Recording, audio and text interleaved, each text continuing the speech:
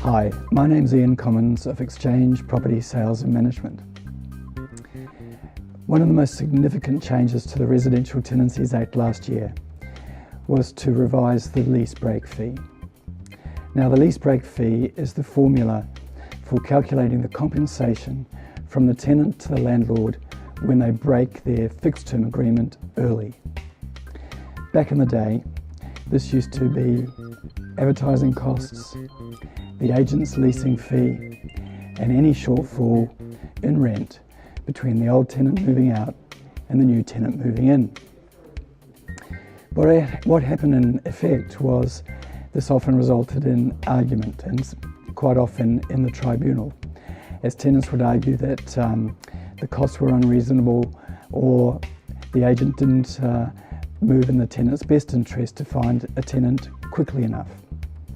So the idea of the new law was to take away all that argument and simply say there's a fixed cost. So the idea is if you break your fixed term agreement in the first half, you pay compensation to the landlord of 6 weeks' rent. And if you break your fixed term agreement in the second half, you pay 4 weeks' rent. It's pretty simple, or so we thought.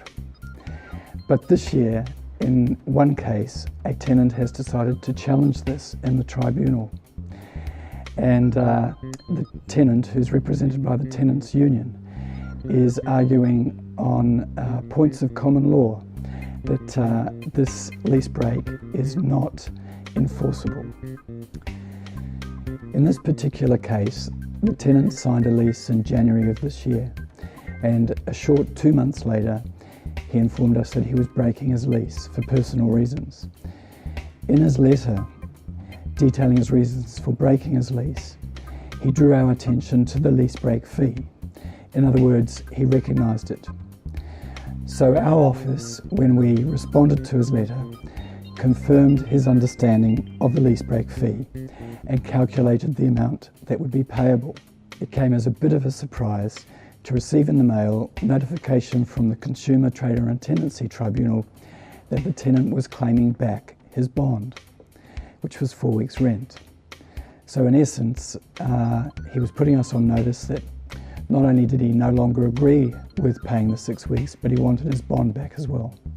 The upshot of this is that Exchange is going to find itself representing our owner in something of a test case in front of the tribunal in July. Here are a couple of tips for managing this process. The first is to ensure that the tenant reads the checklist provided by the Office of Fair Trading before signing the lease. In our office, it's standard practice to have them sign this checklist, and that goes into the file. The second point is that when the tenant gives their notice to break the lease in writing, that the office confirms back to them that the lease break will apply. In this particular case, the chain of correspondence between the tenant and us will prove crucial in determining the outcome. Something for both tenants and landlords to be aware of is that the lease break fee is negotiable before the lease is signed. Watch this space and we'll update you with the outcome.